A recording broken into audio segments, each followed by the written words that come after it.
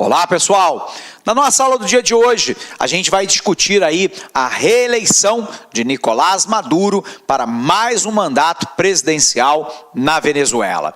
Então vamos lá, vamos tentar entender um pouquinho da questão venezuelana e a situação, política e econômica no país a partir de então. Primeiro, a gente precisa lembrar que a Venezuela foi chacoalhada ao longo da década de 90 pela implementação do Consenso de Washington naquele país. Você se recorda que o Consenso de Washington era um conjunto de medidas neoliberais propostas lá pelo Banco Mundial, pelo FMI, pelo Banco Central Norte-Americano, para as economias altamente endividadas da América Latina. A proposta neoliberal era basicamente de redução do papel do Estado. A ideia era de que o Estado fosse um Estado mínimo, um Estado minimalista, cuidando apenas de funções típicas de Estado, como, por exemplo, a garantia de contrato, a garantia de propriedade, a emissão da moeda, eventualmente dirimir conflitos baseados na lei através do poder judiciário, e todo o resto poderia e deveria ser executado pela iniciativa privada. A crença é que a iniciativa privada era mais eficiente, mais eficaz, mais efetiva e que a economia, naturalmente, se encaminharia para um equilíbrio entre a oferta e a demanda. As leis do mercado funcionavam. Por um outro lado, a implementação do Consenso de Washington, ela leva a um amplo processo de desestatização, de privatização de empresas estatais, portanto, aquilo que nós chamamos de once for all, uma vez por todas, você vende o patrimônio público para a iniciativa privada. O exemplo no Brasil foi a venda, da Companhia Siderúrgica Nacional em Volta Redonda para a iniciativa privada. Você teve a concessão, que é quando a titularidade do bem público permanece na mão do Estado, mas a exploração econômica vai para a iniciativa privada. No Brasil, o exemplo é a concessão de aeroportos e de rodovias federais, de telefonia e de distribuição de energia, e, ao mesmo tempo, a autorização para que a iniciativa privada oferte determinados bens para a população como um todo. Esse processo, na América Latina como um todo, desmontou o Estado. E o desmonte do Estado também sinalizou, em alguns países, o desmonte do seu sistema de educação, de saúde, de habitação popular, de mobiliário urbano, de medidas contracíclicas do governo para equilibrar a economia e por aí vai. O resultado foi o controle da inflação em boa parte dos países da América Latina, porém, determinados dramas da sociedade, como o desemprego, a pobreza, a miséria, a desigualdade socioeconômica, a falta de acesso à educação e à moradia, saneamento básico, saúde, dentre outras questões, não foram equacionadas pelo neoliberalismo. Bom, a grande questão, então, é que o então coronel do exército venezuelano, Hugo Chávez, vai tentar dar um golpe de Estado contra um governo democraticamente eleito, mas que era um governo de direita, neoliberal. Nós sabemos que esse golpe foi fracassado. Hugo Chávez será preso, condenado e depois anistiado. Ele monta um partido político que é o PSUV, o Partido Socialista Unido da Venezuela, e consegue se eleger presidente. A Venezuela, então, ela começa a articular um organismo de interação internacional que ficou conhecida como Trupe Bolivariana. Nós tivemos lá o Equador, comandado pelo Rafael Correa, a Bolívia, comandada pelo Evo Morales, e a Venezuela, comandada pelo Hugo Chávez. A ideia de Chávez era lá de fazer um contraponto, abre aspas, aquilo que ele chamava de domínio do Império Americano sobre a América Latina. Por um outro lado, ele traz à memória da população a figura de Simão Bolívar.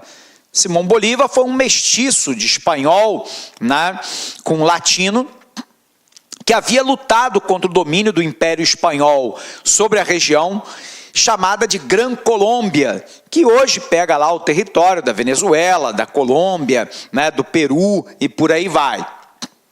Essa tentativa de Simão Bolívar, chamado de El Libertador, né, não foi ao seu intento final. A Gran Colômbia não foi criada, houve uma fragmentação em vários países, dentre eles a Venezuela, mas nós sabemos, né, que Simão Bolívar virou um ícone da tentativa, né, de parte da América do Sul se tornar independente do colonizador espanhol. Ficou no imaginário ideológico da população como El Libertador. Nós sabemos, então, que Hugo Chávez se apropria dessa figura ideológica de Simão Bolívar, inclusive mudando o nome da Venezuela para a República Bolivariana da Venezuela. Hugo Chávez inicia, então, a implementação daquilo que ele chama de socialismo do século XXI, fazendo um contraponto ao consenso de Washington e ao pensamento neoliberal. Ele inicia um movimento contrário, de estatização dos meios de produção, ao mesmo tempo do aparelhamento das empresas estatais e do poder público com partidários do PSUV, passa a controlar, né, a mídia, o judiciário e o legislativo do país, se manifesta claramente por atitudes antidemocráticas.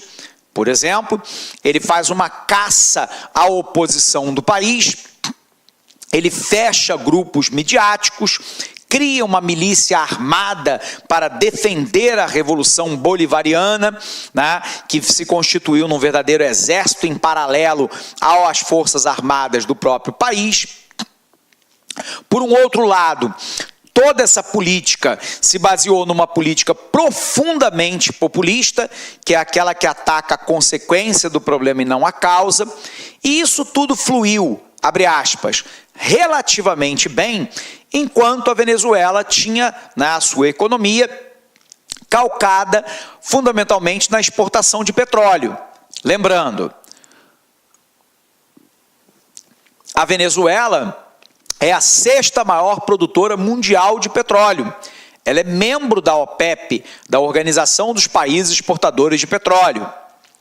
Quando nos anos 2000 a commodity petróleo alcançou o preço de 130, 140 dólares o barril, a Venezuela, abre aspas, estava nadando, né, nesse dinheiro obtido com a exportação de petróleo e podia tocar o seu processo de compra de tudo aquilo que ela necessitava, sem se industrializar, sem se modernizar, sem mexer na infraestrutura do país, numa relação quase protoditatorial. Lembrando que Hugo Chávez aprova uma nova Constituição e nessa Constituição está garantido o direito de reeleição ilimitada, que é válido para ele mesmo.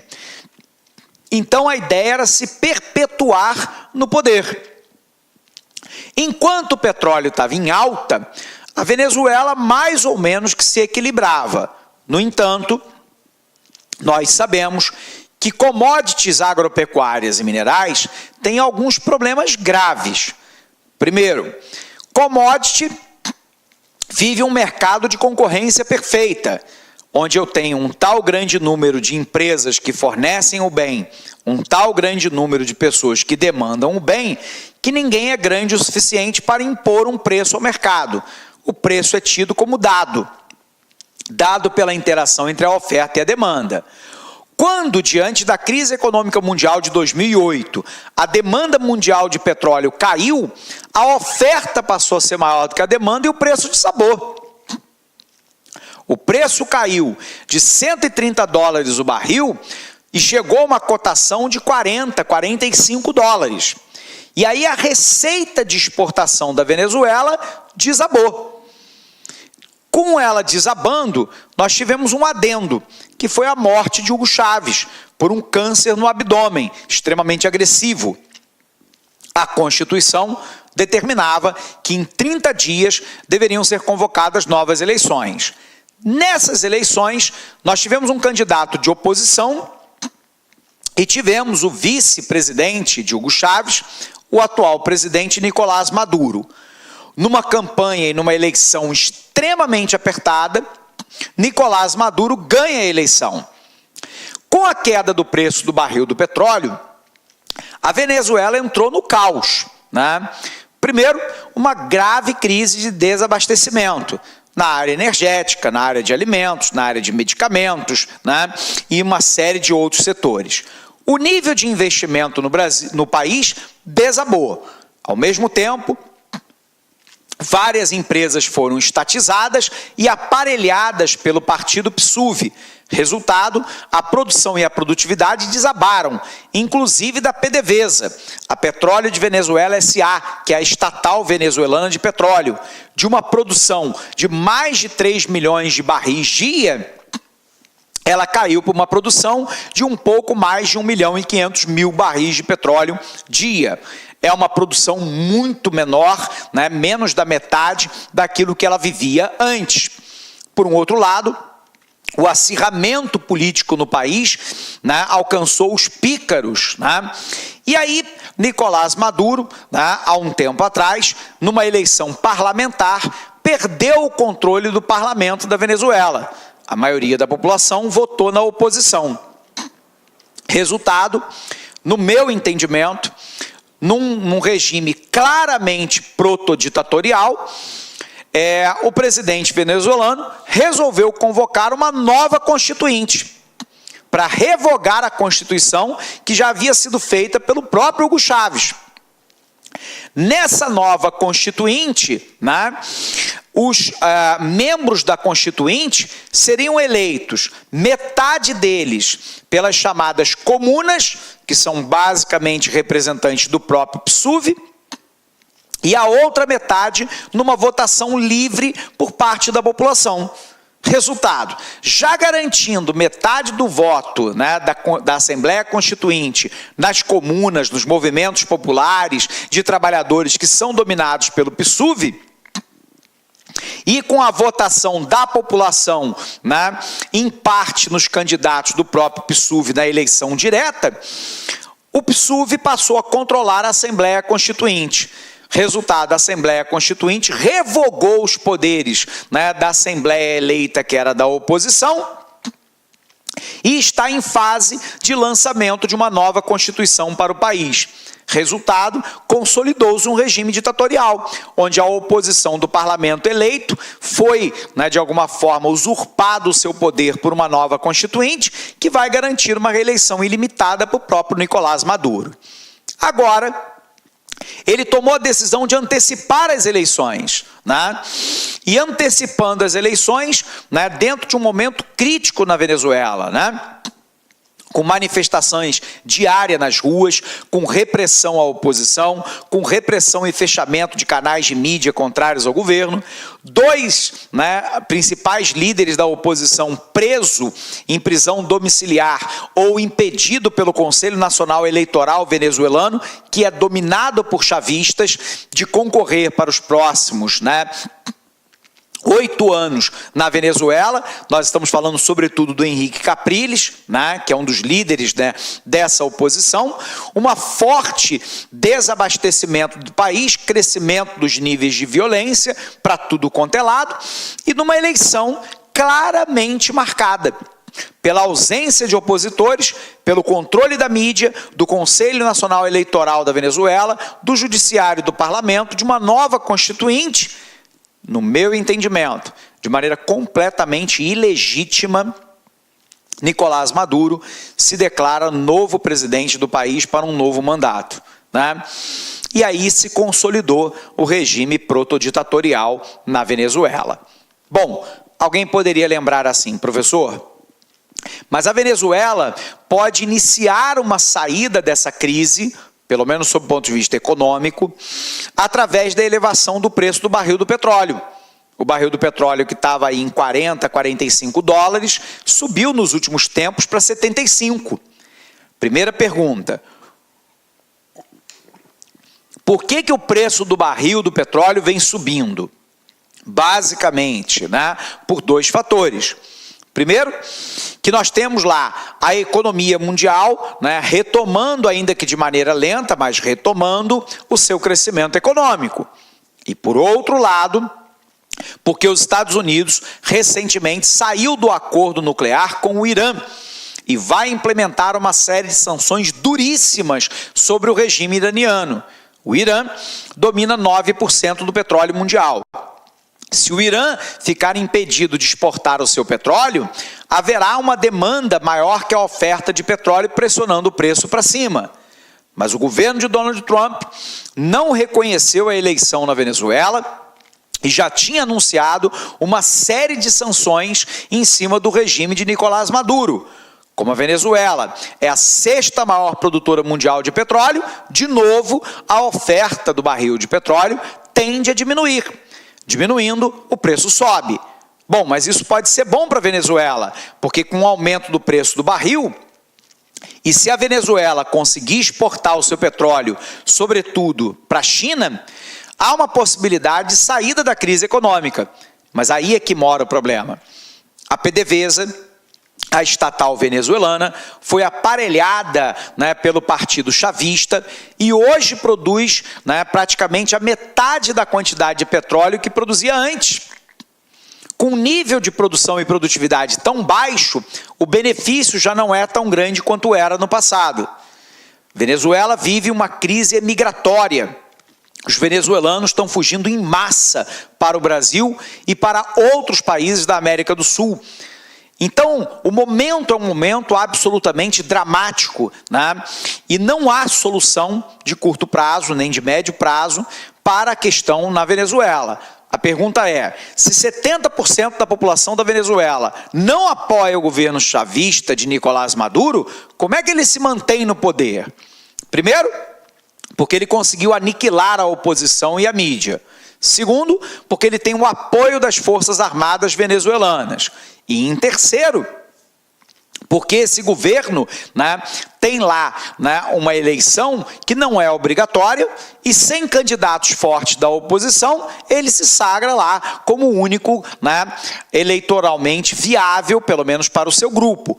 Menos de 46% da população compareceu às urnas, num grande processo, claro, né, no país, de repúdio ao governo chavista. Beleza? Vamos olhar o nosso material? Olha para cá, pessoal.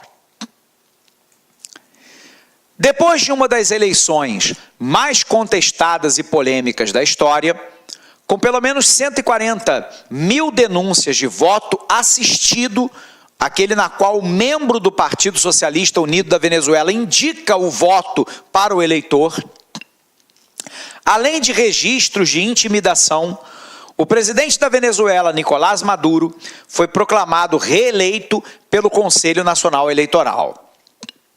Segundo o CNE, Maduro venceu com 67,7% dos votos válidos aos 92,6% das urnas apuradas. A votação teve uma participação de 46% do eleitorado, num total de 8,6 milhões de votos. Desde 2013, quando Maduro assumiu o governo, a Venezuela sofreu ondas de protestos violentos que deixaram cerca de 200 mortos e uma derrocada socioeconômica. O cenário é de apagões, falta de comidas e remédios, transporte e água, hiperinflação, com um salário mínimo que permite a compra de 1 quilo de leite em pó, provocou uma emigração em massa nos últimos 4 anos.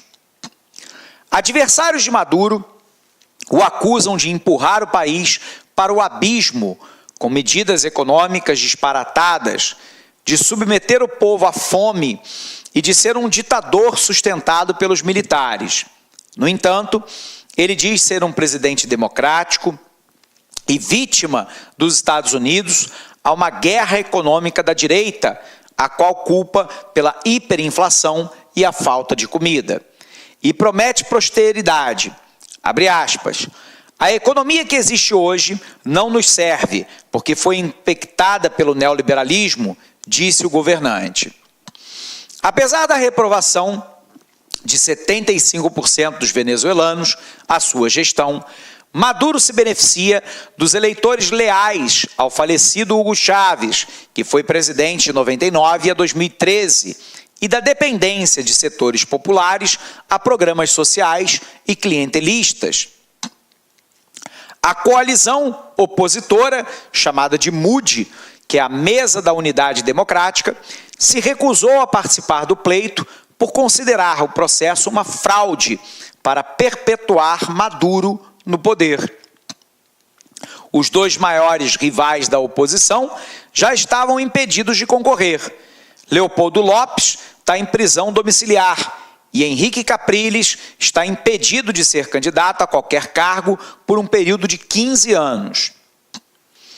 As agências internacionais e membros da oposição apontaram irregularidades nos chamados pontos vermelhos, que eram barracas instaladas pelo partido de Maduro com o objetivo de checar quem foi votar por meio do carnê da pátria.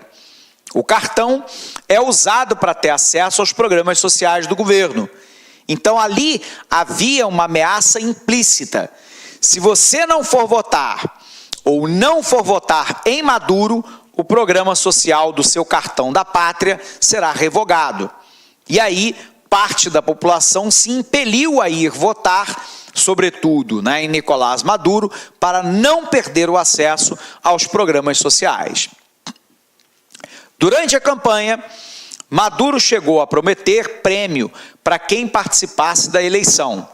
Não há informação oficial, mas testemunhas afirmaram que o prêmio seria 10 milhões de bolívares, ou 13 dólares no mercado paralelo. Os Estados Unidos, Canadá, União Europeia e vários países latino-americanos afirmam que a eleição não é justa, transparente e acusaram Maduro de sufocar a democracia. Inclusive o Brasil não reconhece a reeleição de Maduro.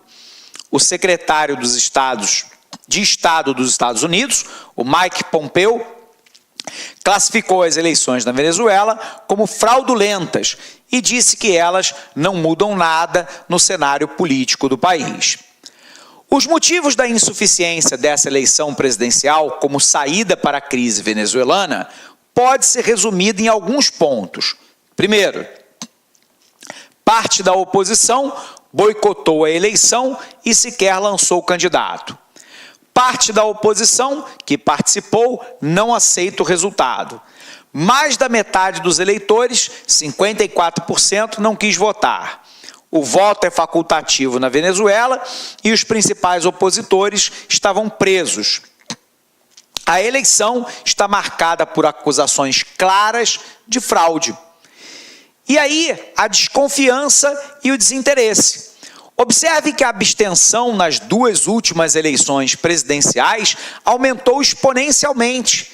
Em 2013, ela era de 24%, agora de 56%. O petróleo é o grande motor da economia venezuelana. Ao redor de 40% das exportações do produto tem como destino o mercado americano. À medida que Trump se afasta do Irã, outro grande produtor mundial, crescem as oportunidades de a Venezuela se reerguer no mercado. Em tese, esse movimento internacional seria uma chance para o setor petrolífero venezuelano se reerguer. O problema é que o estado em que se encontra a PDVSA, uma espécie de Petrobras venezuelana, é dramática. No fim dos anos 90, a produção de petróleo da Venezuela chegava a 3,1 milhão de barris por dia. Hoje está em 1,47 milhão, ou seja, menos da metade do que era. Este é o pior nível em 33 anos. A oposição culpa Maduro por ter aparelhado a empresa com aliados ineptos e corruptos. O FMI afirma que a Venezuela deve fechar 2018 com uma queda de 15% no PIB, no quinto ano seguido de contração. A inflação no país já é a maior do mundo, com 13.864% no ano. A indústria nacional venezuelana é historicamente pobre. Apoiado no petróleo, o país vendia o produto e, com os dólares que recebia, comprava tudo o que precisava do exterior, de carro a papel higiênico. A crise atual diminuiu as receitas e o país agora vê faltar de tudo nos supermercados, levando a uma grave crise de desabastecimento. Legal? Bom, pessoal, um abraço imenso para você, bons estudos e até a nossa próxima aula. Até lá! Olá, meus amigos, minhas amigas, sou o professor Luiz Antônio Carvalho, estou aqui para fazer um convite muito especial para você que quer ser policial, que quer policial militar do estado do Pará, cargo de soldado. Este concurso PM Pará 2019 está confirmado, acredito eu, para o primeiro semestre de 2019, então é hora de você estudar com planejamento, com foco, com antecedência, porque essas são as dimensões necessárias para que você seja bem sucedido em um concurso público. Venha fazer conosco o nosso pré-edital. Esse curso pré-edital é um curso diferenciado, é um curso que nós temos aqui 180 dias de prazo de acesso. Por quê, professor? Porque nós esperamos que esse concurso venha a ser publicado edital ainda no primeiro semestre. Se tiver com prazo de acesso, você vai receber a atualização do seu curso da PM Pará a custo zero. A custo zero. Pode ter certeza disso, tá? Você pode ter certeza disso, tudo bem? Então tá aí para vocês aí, essa informação aqui para vocês aí. O curso custa apenas 10 parcelas de R$25. Nossos professores aqui não temos professores medianos, são todos professores top de linha. Nós fizemos uma campanha dessa em 2016 muito bem sucedida. Sabe por quê? Porque é o único curso que tem essa ferramenta pedagógica chamada de Personal Coach, que é o estudo em regime de metas. A partir do dia 24, você pode vir no site, pode se matricular, pode hoje, aliás, já tem lá a primeira semana já antecipada. Você pode o quê? Vai estudar em regime de metas, né? Ah, professor, passou do dia 24, perdi aula. Não perde aula, porque todas as aulas são gravadas, editadas e ficam à sua disposição. Bacana, pessoal. Eu espero vocês aqui na Lá Concursos. Um forte abraço, fique com Deus. Tchau, tchau.